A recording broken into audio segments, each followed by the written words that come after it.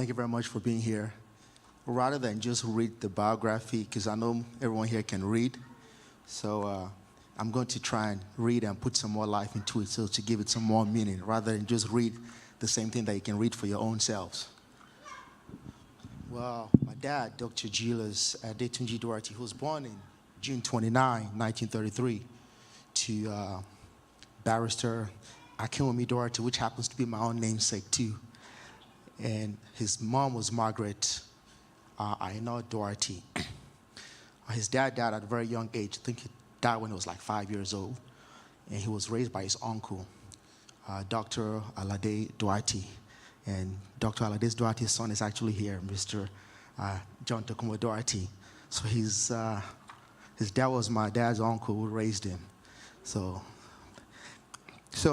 he attended CMS Grammar School in Lagos State, which at the time was the oldest, it's still the oldest secondary school in Nigeria, and was one of the schools that were founded by the missionaries in Lagos at the time. So after he finished CMS Grammar School, he went to Trinity College in Dublin, Ireland, where he studied medicine. Trinity College, Ireland at the time was the #1 ranked school, and to this day, still the #1 ranked school there. So which, if anyone knows the political climate that you have right now, and you kind of extrapolate how it was back then, you would know that it was a very, very great accomplishment for someone from Lagos, Nigeria, a black person, to go to a white man's land in Trinity College and excel academically. After he finished, he was one of the youngest medical students there at the time. After he finished at Trinity College, he progressed through his medical career. He became a fellow in obstetrics and gynecologist. He was a member of one of the fellow boards in London, in UK, also in Nigeria, and he was also a member of the Royal College of Surgeons. He returned to Nigeria. He worked for the government in Adeoyo Hospital in Ibadan, Lagos State. He worked there for a couple of years. His uncle then, Dr. Alade Doherty, was also an entrepreneur. He opened his own practice. So my dad, in the spirit of wanting to be his own boss and open his own business, he opened his own private practice hospital, which was SOS Specialist Hospital in Ekotedo, Ibadan. And one thing about my dad is that every name that he used for his business had some kind of meaning to it. And he opened SOS Specialist Hospital under the guidance of Dr. Alade Doherty, who was also a doctor. Then. And he practiced at SOS Specialist Hospital the whole time that we were growing up. He practiced at SOS Specialist Hospital, the same location, for many decades, probably over 40 years. And one thing about it is that even when he was at BANUSO, when maintaining his clinic, he traveled to Saudi Arabia, to the Middle East to work. At the same time, he still maintained his private practice at SOS Specialist Hospital. And SOS Specialist Hospital, BANUSO was named after a horse, which I know a lot of people find it ironic that somebody would name a whole hospital after a horse. Well, BANUSO, the horse was the favorite horse of his grandfather, J.H. Doherty. It was a very, very big businessman in Nigeria back then. That was his favorite horse. Back then, people had horses. So BANUSO was his favorite horse, was very, very popular, was well taken care of. So he named BANUSO after J.H. Doherty, which was his grandfather. That's what he named his clinic after. Next to his hospital was, he also built a building, multi-story building called Alvina House. People who have been there will know that Alvina House is next to SOS Specialist Hospital. And Alvina House was, he rented out to the government, the federal government. It was a place where kind of something that would be synonymous to the United States Department of Labor here. So again, like I said, he always had, everything had a meaning to it. Alvina was just not something that fell out of the sky. Alvina had meaning to it too. And Alvina was coined out of his grandfather's name, which is Alfred, A.L., his mother's name, maternal maternal grandmother's name, Virginia, which was V, and his mother's name, Aina. So that's where Alvina came. And that Alvina name is still being used by Ms. Rebecca Tony Doherty. I know you've heard of Alvina Foundation. So if anyone has heard of Alvina Foundation in DC, this is the origin of Alvina Foundation. That's where it came. Also, I mean, we're growing up. Everybody knows that, you know, even though he was a doctor, he was a businessman. My dad was a businessman.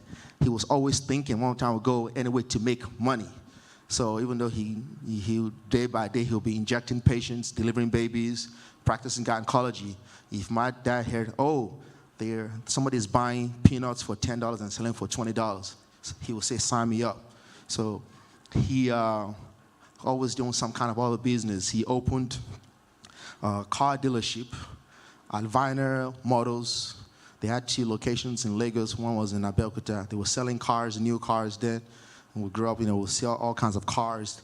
They used to go to Germany back then, so to do business with the Alvina, the Volkswagen people. They sold Volkswagen cars. So he sold cars in Yaba, Lagos, Abeokuta. He was selling that. He also opened Alvina Ventures and Trust company. Alvina Ventures and Trust was kind of a business where people would get loans. That was also in his building, his medical practice. So if you've been there to the building where he was, in one side was his medical office.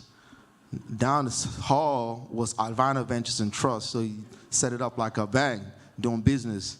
Downstairs was where, you know, people who brought the collateral to borrow money was there. So it was kind of a full-fledged operation. So he also invested in real estate. Like I said, anything, if you heard like, hey, you always say, hey, if you want to do something, just do it well. He bought houses, he rented, he had several tenants in several houses. And when it was time to collect rent, he did not play around. It was about his business. If you were late, and you know, for those who have not had the privilege to grow up in Nigeria, it's not here where you file a dispossessory warrant and the landlord will evict you. In Nigeria, you have to resort to what we call self-help remedies. And self-help remedies is the fancy word for saying, if you don't pay your rent, you're out the door. Say, nobody, my dad will let his tenants know, this money that used to buy this house did not fall from the sky, so you have to pay rent. So, which I think any good businessman knows the importance of collection and cash flow. If you have businesses and people are not paying rent, you're going to run out of business.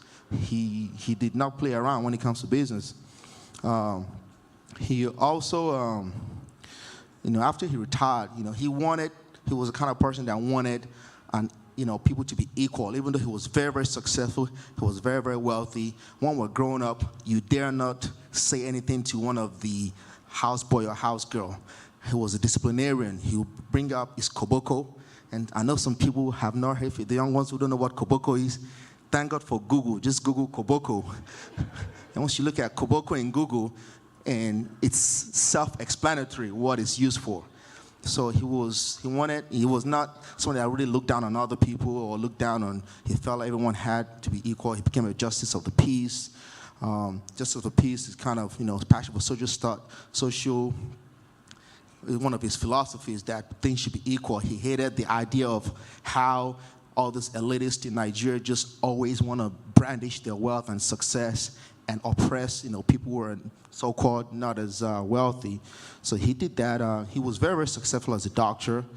His patients, sometimes I run to some people who say, oh, you're Dr. Doherty's son. Oh, he delivered my baby. He delivered so many babies. I can't count how many babies he delivered, how many of his patients he helped, and all that stuff. He cared about his children. He was very, very a family man. He was survived by several members of his family, uncles, spouses, children, grandchildren.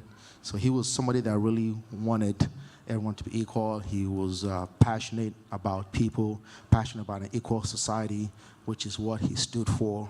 He was very passionate about politics. And so I think it's more of a celebration of his life. He lived a very good life. And thank everyone for being here. Thank you very much.